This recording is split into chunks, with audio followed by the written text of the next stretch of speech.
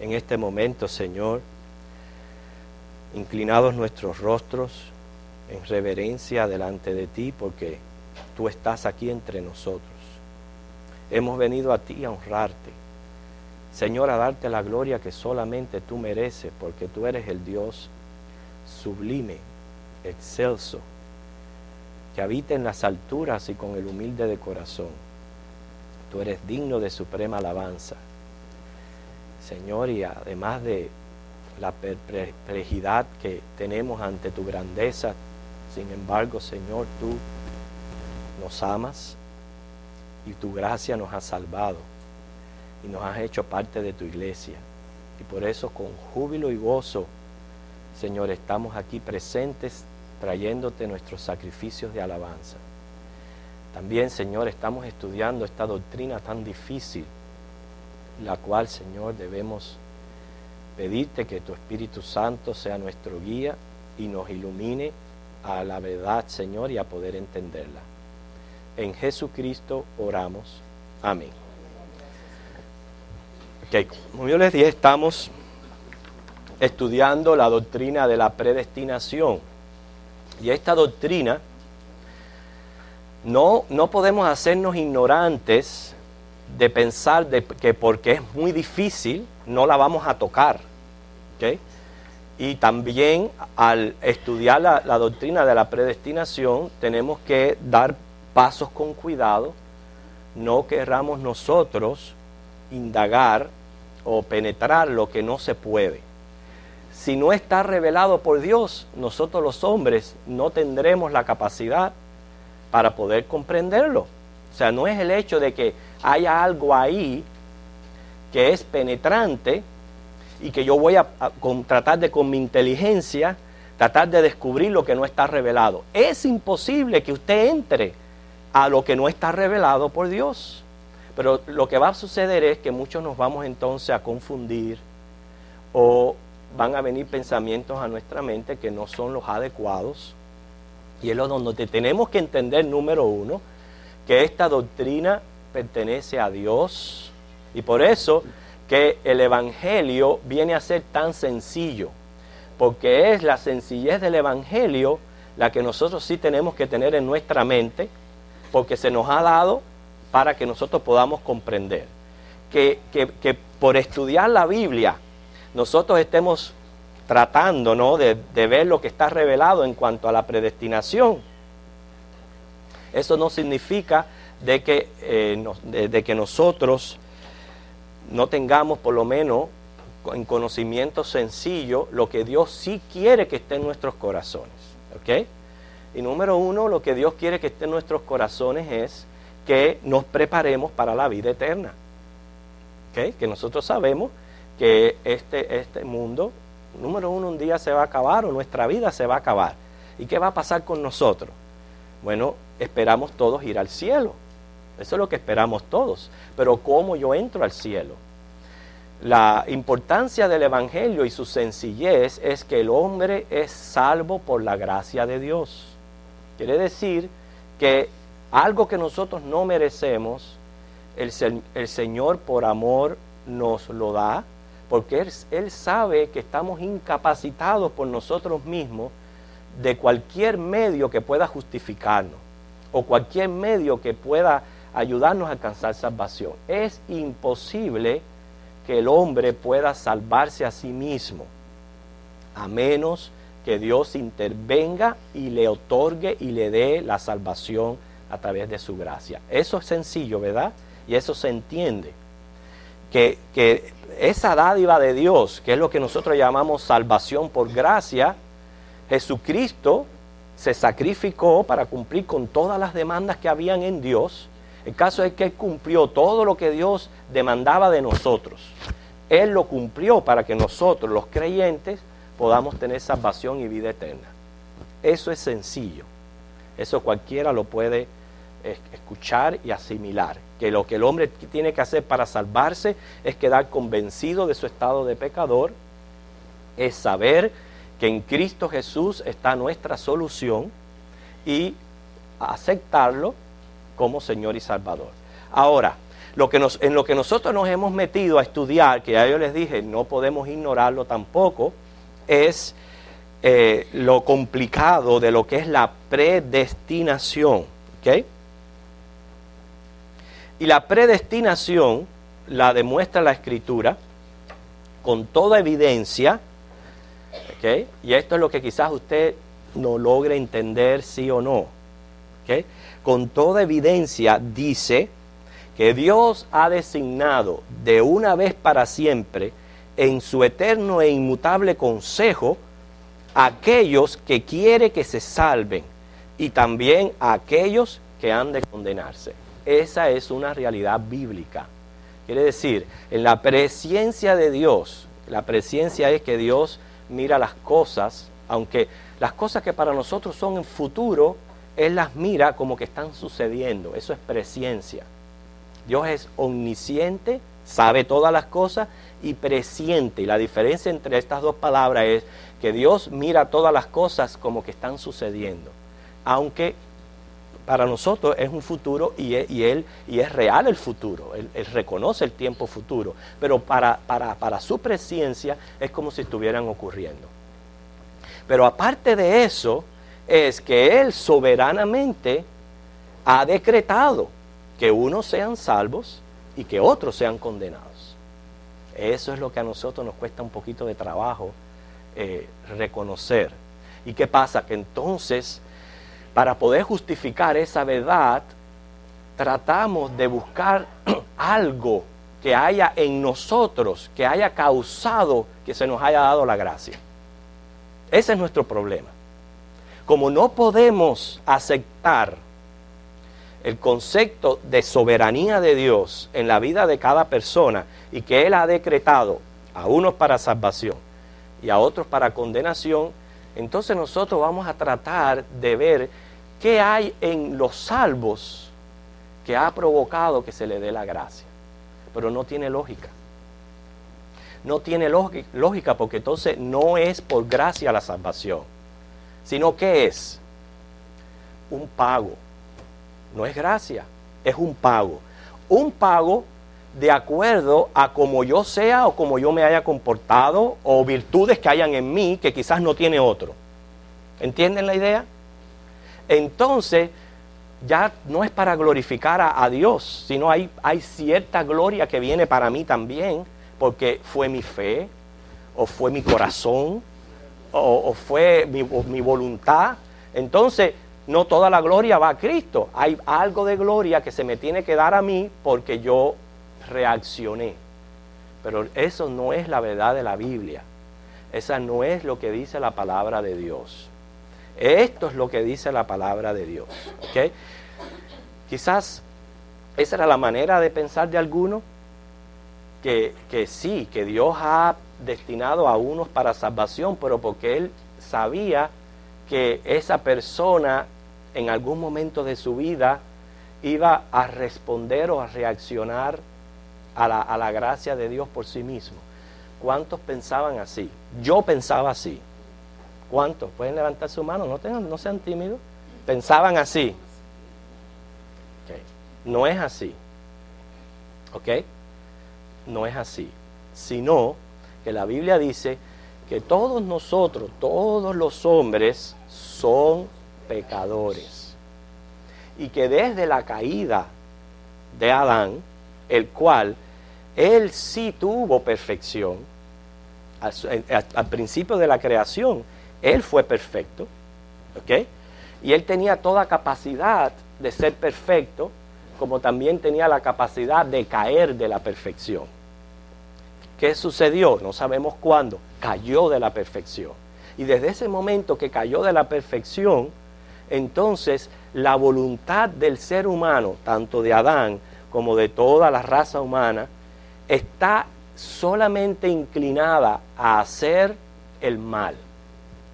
Te estoy tratando de traerles de nuevo a la mente todo lo que hemos venido estudiando ya por 4 semanas, para ver si ustedes logran entender lo que estamos diciendo. ¿Okay? Cuando yo digo que la voluntad del hombre solamente está inclinada hacia el mal, no significa que no haya moral, o que no haya capacidad de tomar decisiones hacia cosas buenas. Cuando yo digo que la voluntad del hombre está inclinada solamente al mal, es que no puede cumplir 100% a cabalidad lo que Dios exige. Dios exige perfección, porque Él es perfecto, Él es santo. Hemos dicho que Él no puede rebajar sus demandas. ¿Ok? En el carácter santo de Dios, Dios no puede rebajarse a donde nosotros estamos caídos. Él tiene que seguir exigiendo la total perfección y la santidad, porque entonces deja de ser santo. Si Él exigiera un poquito menos, si Él te dijera, ok Gladys, no se puede mentir, pero si tienes que decir alguna mentira piadosa, dila. Eso lo podemos hacer nosotros los hombres, pero Dios no puede hacer eso, porque deja de ser santo. ¿Entienden eso? Entonces, como Él es santo, Él exige perfección, y esa perfección ningún ser humano en su naturaleza caída puede cumplirla. Por eso que todos somos pecadores, y aunque sí llevemos imagen de Dios, haya Adán sido creado perfecto y hay capacidad en nosotros para hacer cosas buenas, no es lo suficiente para decir, yo cumplo con todas las demandas de Dios, por tanto, yo no necesito un redentor. Yo mismo me puedo salvar porque yo puedo cumplir con todas las demandas de Dios. Eso no es cierto. Todos nosotros pecamos a diario, violamos la ley de Dios de alguna manera o de otra. Y todos estamos en la misma condición. Ahora, en esa condición que nosotros estamos, ¿ok? Y escuchen esto, porque esto yo ni se los puedo acomodar, ni se los puedo pintar, ni se los puedo poner bonito, para que ustedes entiendan. O lo entienden así, o se quedan brutos.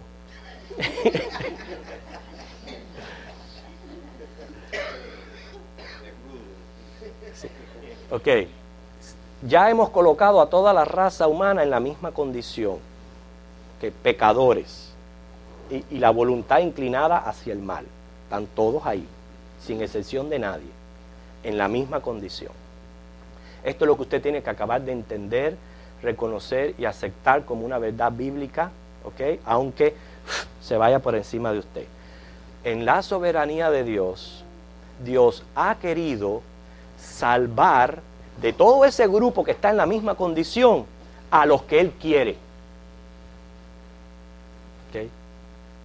¿Usted puede aceptar eso, sí o no? Esa es la verdad de la Escritura. Y después vamos a leer un versículo para que usted, después de la explicación, lo entienda y lo corrobore con las Escrituras. Él ha salvado a los que Él quiere. Por tanto, si no los salva a todos los que están bajo la misma condición, Él ha querido que algunos se condenen. Porque si tanto quiere que uno se salve, quiere también que otros se condenen. Pero a la hora, escuchen esto, a la hora de condenarse, no es Dios quien los condena, es el mismo hombre quien se condena. ¿Ok? ¿Por qué? Porque el hombre tiene la responsabilidad de responder a Dios, de responder al Evangelio. La diferencia aquí está en que Dios ha querido tener misericordia de nosotros, los escogidos. Él ha querido tener misericordia, Él nos ha dado su gracia. En otras palabras, si el Espíritu Santo de Dios no nos convence a nosotros de que somos pecadores, no nos convence a nosotros de venir a Cristo, no nos da la fe para creer en Cristo, ¿ok? Nosotros fuera imposible por nosotros mismos venir a Cristo. Porque si hubiera algo en nosotros que hiciera posible venir a Cristo, ya no hace falta gracia. ¿Ok? Ya no hace falta gracia. Simplemente Dios está ahí arriba, que vamos a ver quién responde a mí para yo entonces pagarle con la salvación. O sea, Dios se vuelve deudor del ser humano. Pero cuando Él quiere, dentro de todos los que están para condenación, que de nuevo Él no condena, es el mismo hombre que se condena. Si Él quiere que de ese grupo escoger algunos para salvación, Él lo hace de su libre voluntad. ¿Ok? Y siempre le digo, si no fuera así, si fuera al revés, trate de hacer que una persona venga a Cristo para que usted vea. Trate por usted mismo, a ver, por toda la fuerza de su ser y con toda la elocuencia que Dios le pueda dar, de hacer que una persona venga a Cristo. Vamos a ponerlo todavía un poquito más difícil. Trate de hacerle que venga a la iglesia.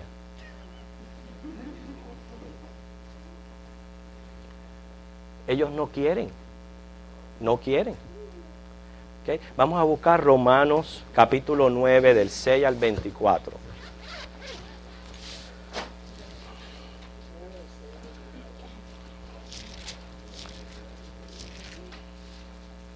Romanos 9 del 6 en adelante.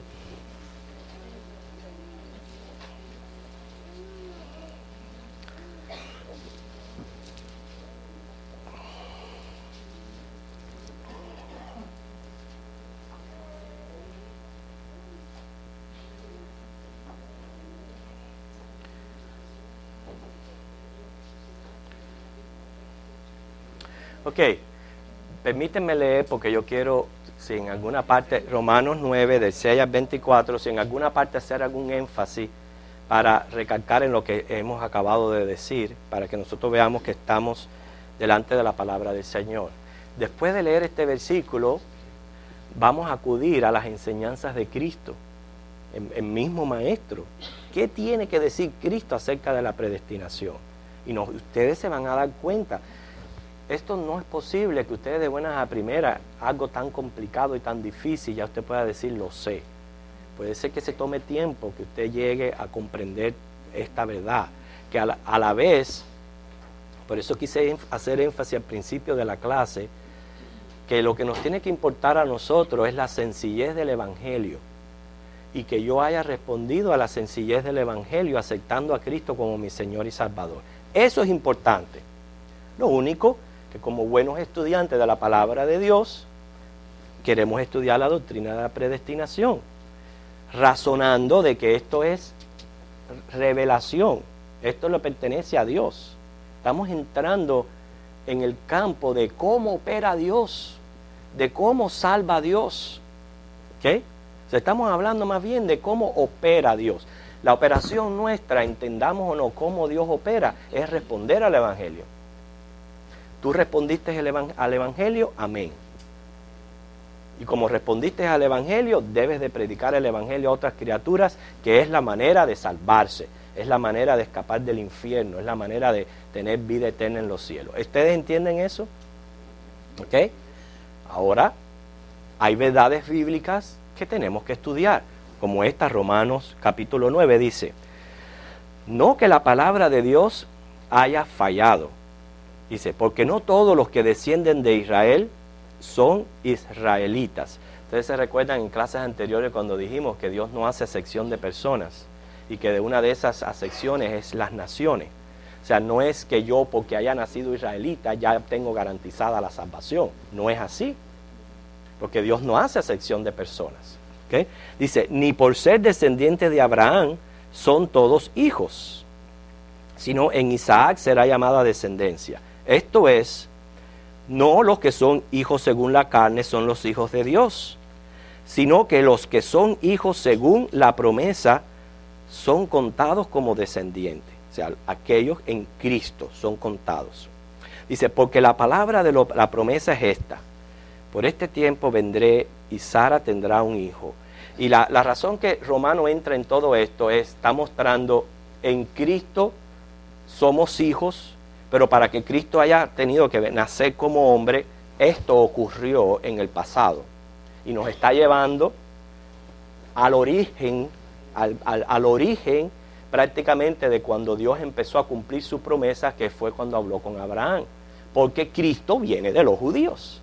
Está mostrando cómo fue que nos llevó a Cristo, que en Él estamos contados. Por eso es que está esta parte de aquí, dice: por este tiempo vendré y Sara tendrá un hijo, y no solo esto, sino también cuando Rebeca concibió de uno de Isaac nuestro padre, pues no habían aún nacido, ni habían hecho aún ni bien ni mal.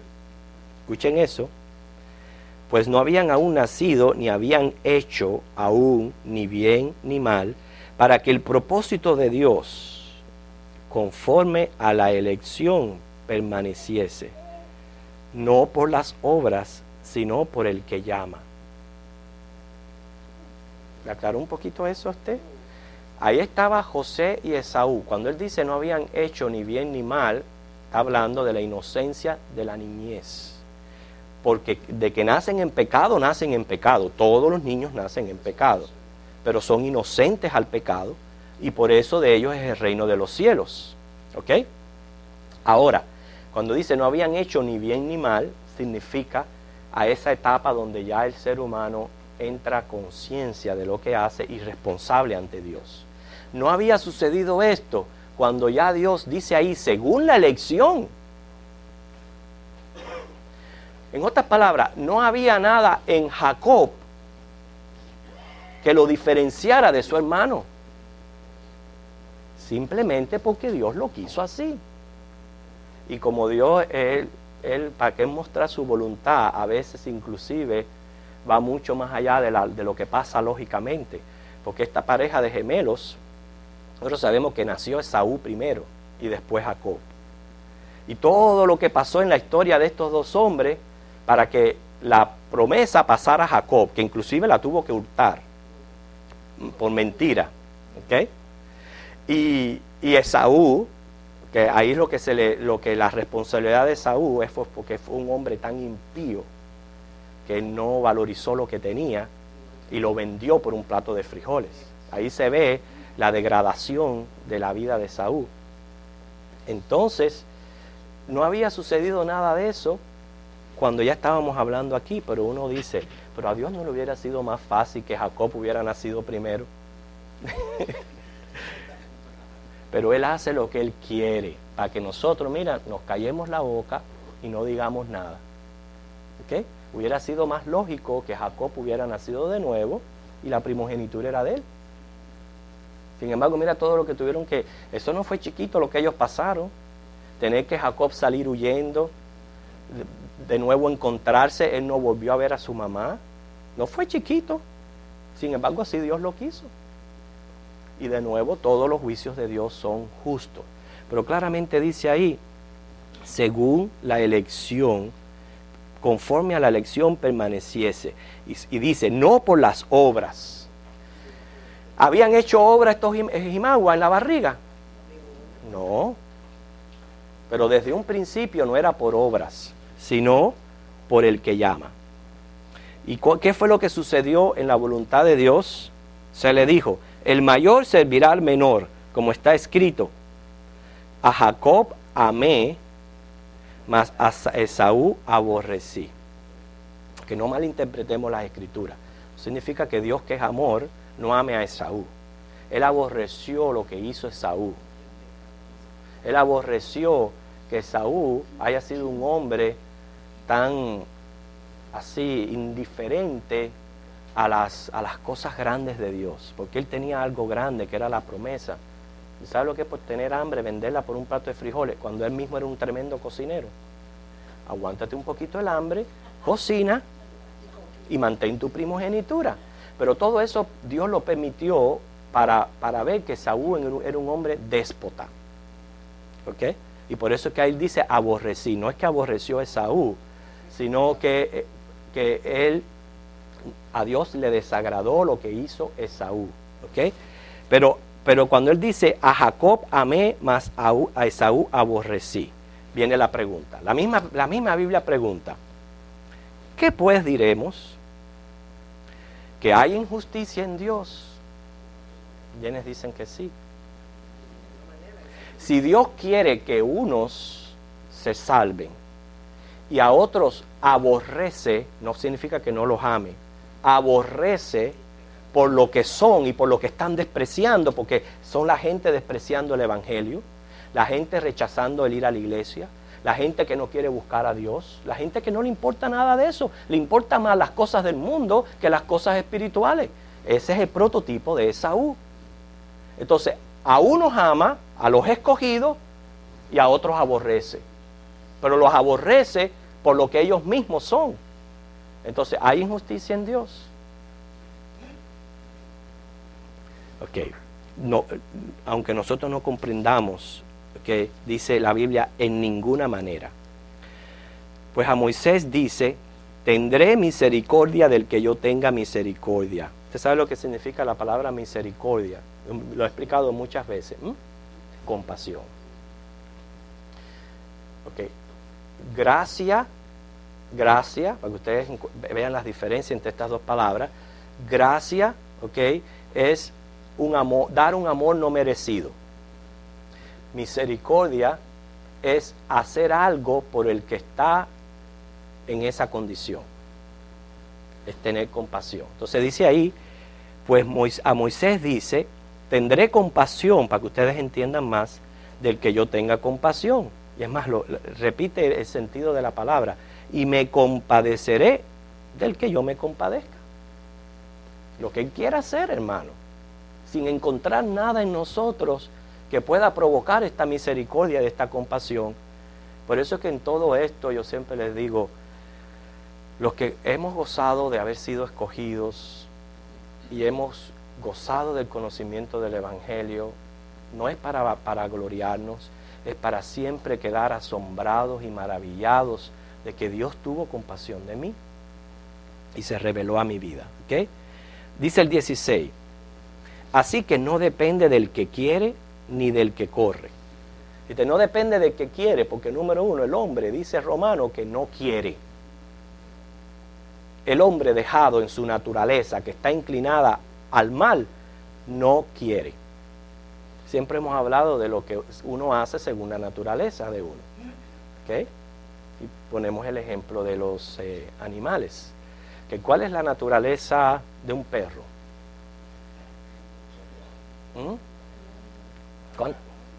Ladrar. Vamos a poner una cosa. Ladrar. Es la naturaleza del perro.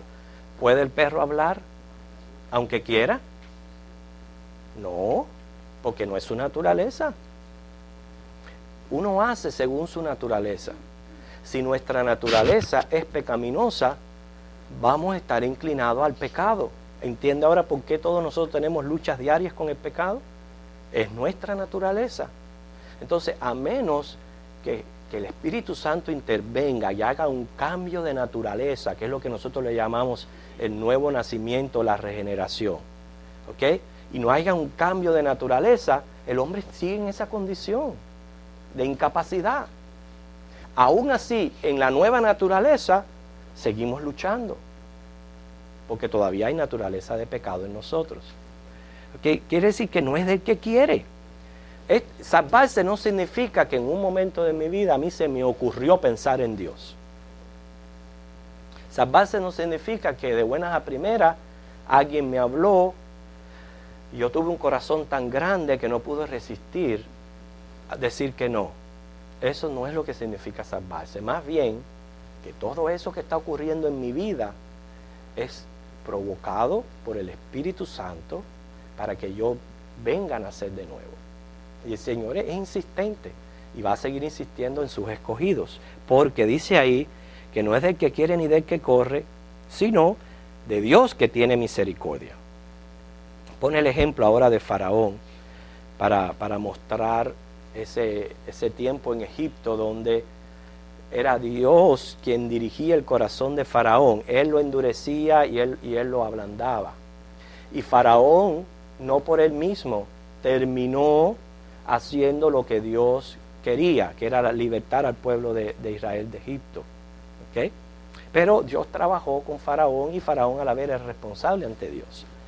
Dice, porque la Escritura dice a Faraón, para esto mismo te he levantado, para mostrar en ti mi poder y para que mi nombre sea anunciado por toda la tierra. De manera que de quien quiere, tiene misericordia, y al que quiere endurecer, endurece. ¿Cuántas veces has repetido en un pasaje tan corto la misma verdad?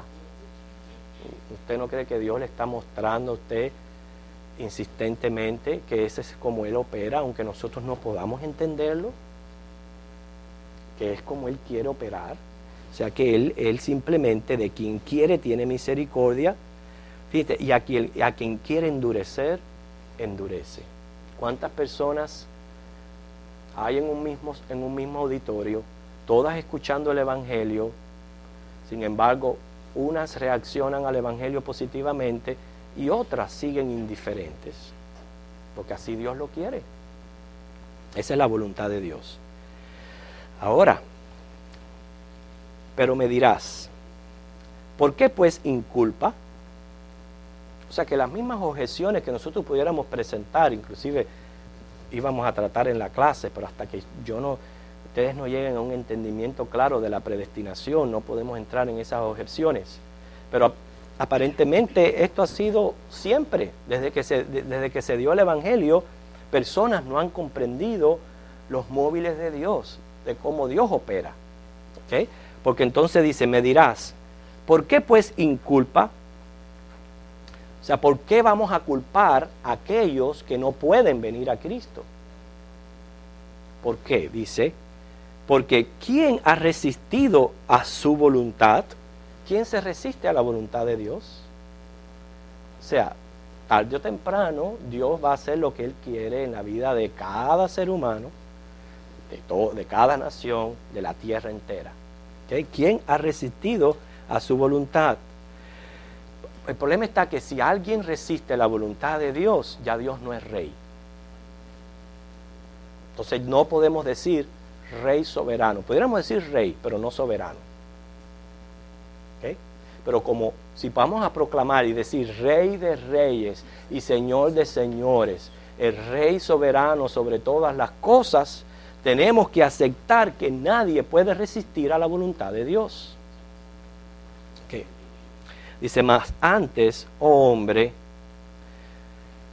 ¿quién eres tú para que alterques con Dios? Dirá el vaso de barro al que lo formó, ¿por qué me has hecho así?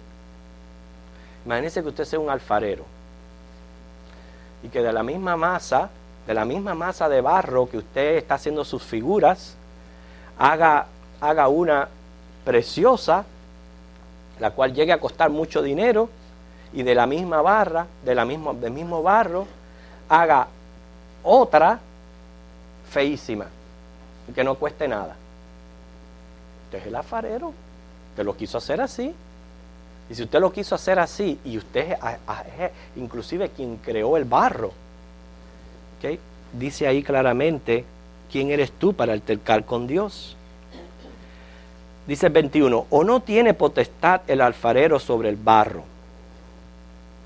para hacer de la misma masa un vaso para honra y otro para deshonra? Por eso es que si usted no entiende que Dios en su voluntad, ¿ok?, creó a los hombres, unos para salvación y otros para condenación, entonces coge esta página y arránquela de la Biblia. Porque usted no puede explicar eso. Lo que acabamos...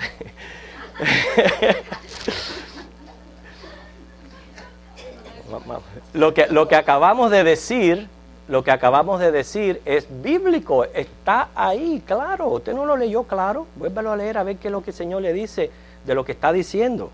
¿Okay? ¿Por qué no lo lee usted en silencio ahí? El versículo 21.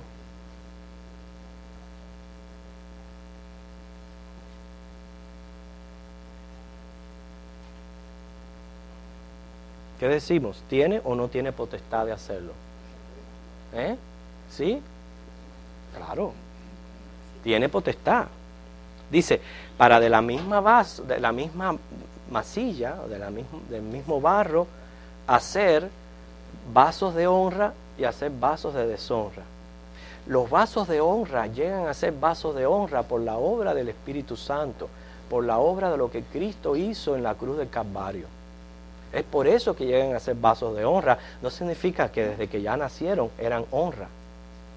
Como yo les expliqué anteriormente, la elección no significa salvos antes de nacer, salvos en el momento de que se convirtieron a Cristo.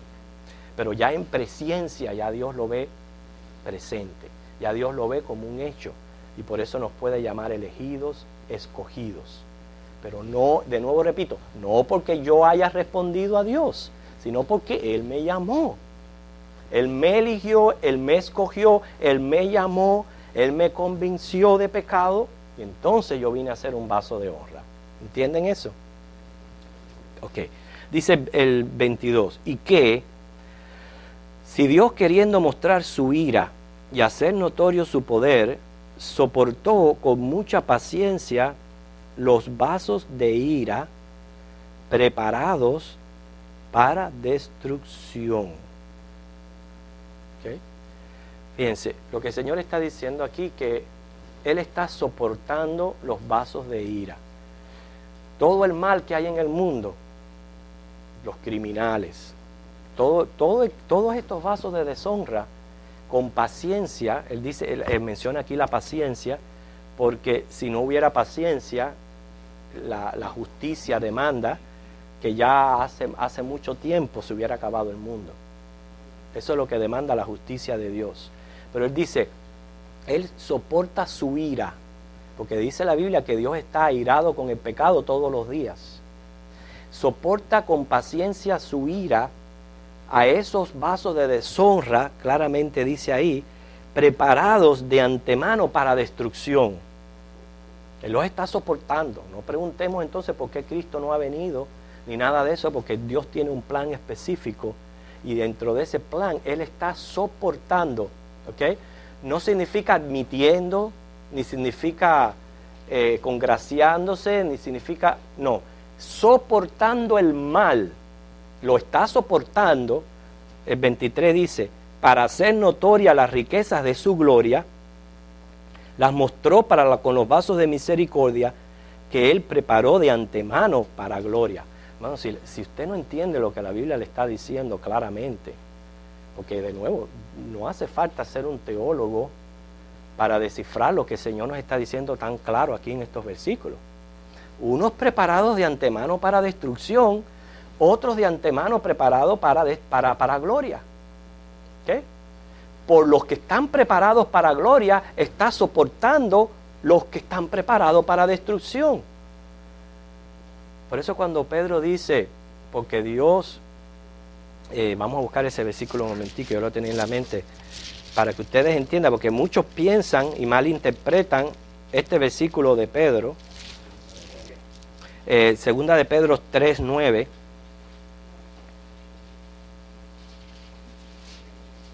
Muchos malinterpretan este versículo y dicen, no, el Señor no va a venir porque todavía no se ha predicado el Evangelio a toda criatura.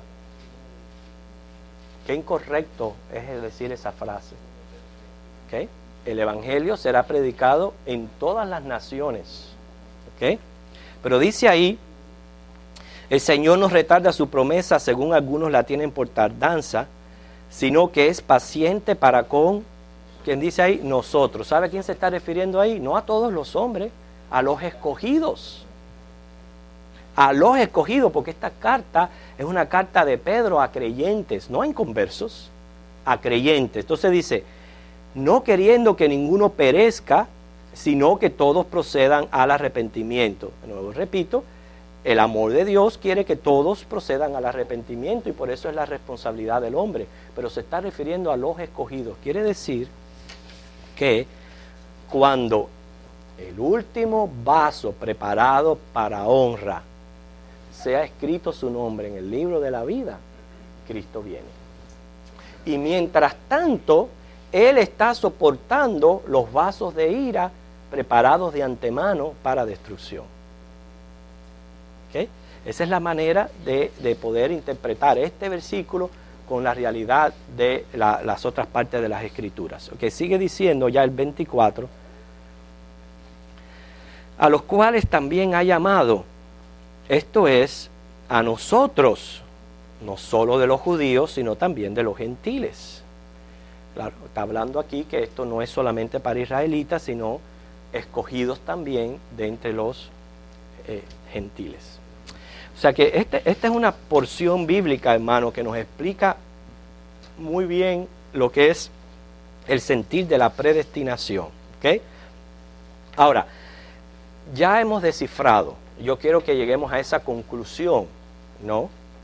De que efectivamente el alfarero, que es Dios, ha hecho vasos para honra, vasos para deshonra. ¿Ok? ¿No es cierto? Vasos para honra, vasos para deshonra. Ahora, estos elegidos, dice, son contados en Cristo. ¿Qué dice Gálatas 3:16? Gálatas 3:16.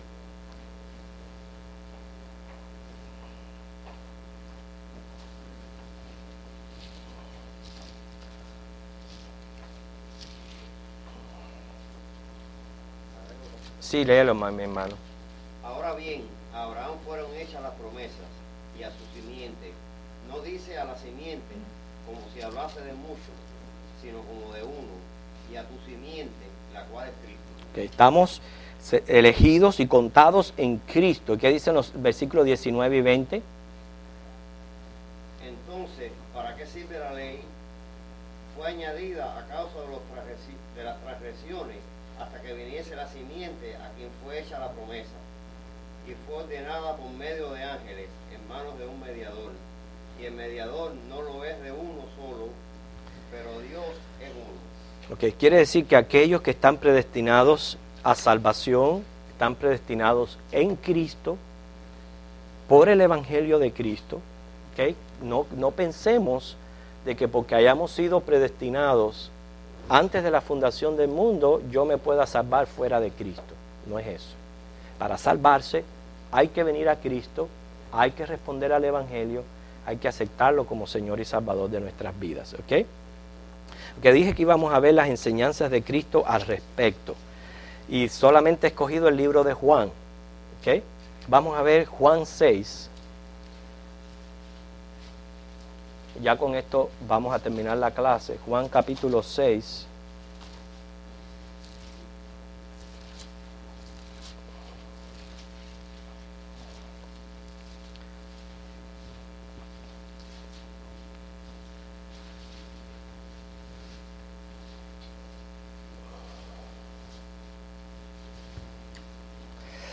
Del 37 al 39. Léame, mi hermana Ginny.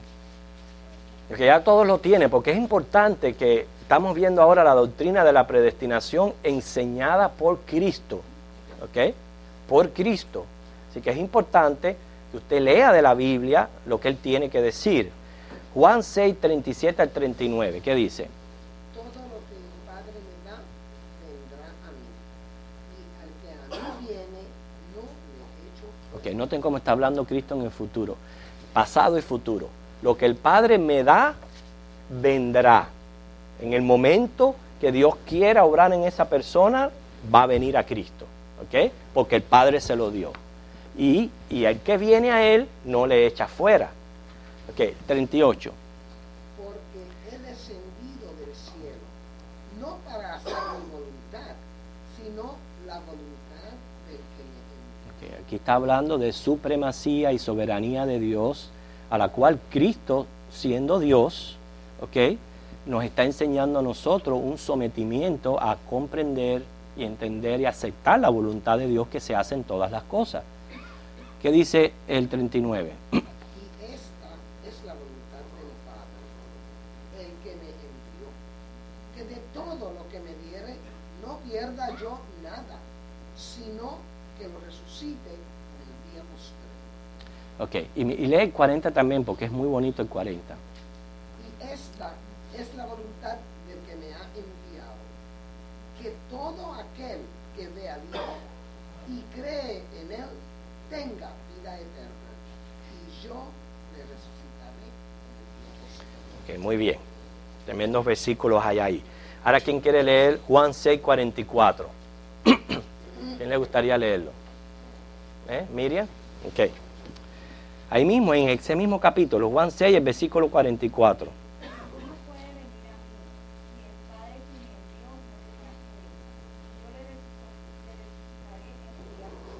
No está hablando ahí de la condición inicial que yo les dije, que estamos todos los hombres en una situación de una condición espiritual que no podemos venir por nosotros mismos a Cristo. Por eso dice, ninguno puede venir a mí si no el Padre lo enviara. Si no es obra del Padre. ¿Okay? Si el Padre no le trajere. ¿Okay? Y en traer hay una voluntad. Yo le voy a explicar para que ustedes comprendan que esto no es una subordinación, que Dios no está tomando una subordinación de la voluntad del individuo, ni se está imponiendo. Permíteme un momentico, hermano. Sí, yo sé. Siéntese. ¿Sabe qué? Yo le traje, pero es vino. ¿Vieron la diferencia? Yo le traje al hermano, es vino. O sea que si yo lo hubiera hecho así, usted hubiera resistido, se hubiera quedado ahí. Pero usted vino. Ahí es donde usted ve cómo el Padre trae, pero el hombre ejerce su voluntad y viene. ¿Okay? Es porque eso dice, ahora, si yo no voy a donde está Roberto y le traigo, él se queda sentado ahí. Es lo que estamos tratando de decir con relación al Evangelio y a cómo el hombre responde a Dios. Si yo no voy y lo traigo, él se queda sentado ahí. Eso es lo que está tratando de decir el versículo 44. Miren, lee el 45. Escrito está en los profetas, y serán todos enseñados por Dios. Así que todo aquel que oyó al Padre y aprendió de él, viene a mí. Repito de nuevo, por el Evangelio. No significa fuera del Evangelio. ¿Okay? El 64. Pero hay algunos de vosotros que no creen, porque Jesús sabía desde el principio quiénes eran los que no creían, quién le habría de entregar. Ahí está mostrando la presencia de Dios, cómo Él ve todas las cosas en presente, pero mucho más. Otra persona que quiera leer. ¿Ok? Hermana Isabel. Juan 17:9. Y para aprovechar el tiempo, vamos a pedirle a otro que busque Juan 13:18. ¿Quién le gustaría leer? ¿Ok? Juan 13:18 y Juan 15:19. ¿Quién le gustaría leer? Ok, Vicky. Ya con estos 3 versículos vamos a terminar. Primero busque, como todos estamos en Juan, vamos a cerciorarnos de buscar la cita y de leerla. Dice. Ajá.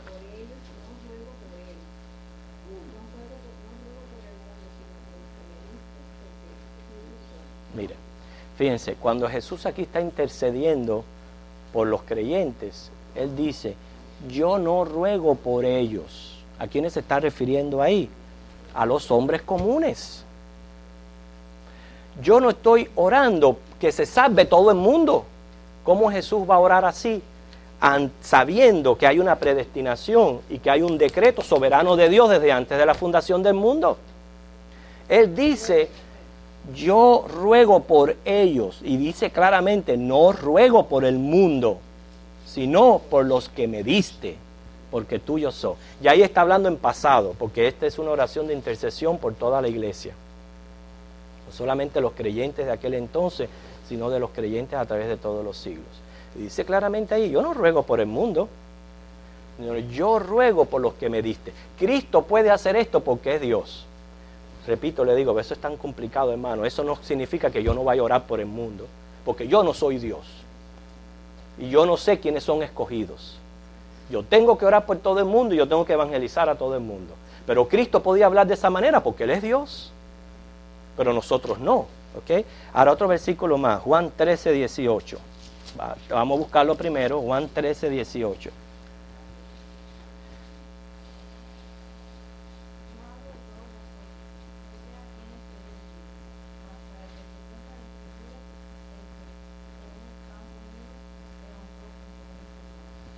Okay.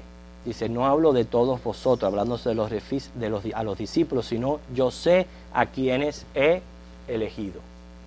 ¿Qué quiere decir? Que estamos viendo la doctrina enseñada por Cristo, mencionada por Cristo, porque si no fuera mencionada por Cristo diríamos, bueno, hay que tener cuidado, porque entonces Pablo a lo mejor se volvió loco y empezó a enseñarle la doctrina de la elección a trocha y mocha y hay que tener cuidado con eso. Pero estamos viendo cómo el mismo maestro está mencionando la elección.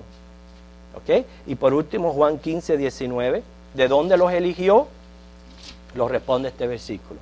Juan 15:19. Si fuerais del mundo, el mundo amaría lo suyo, pero porque no sois del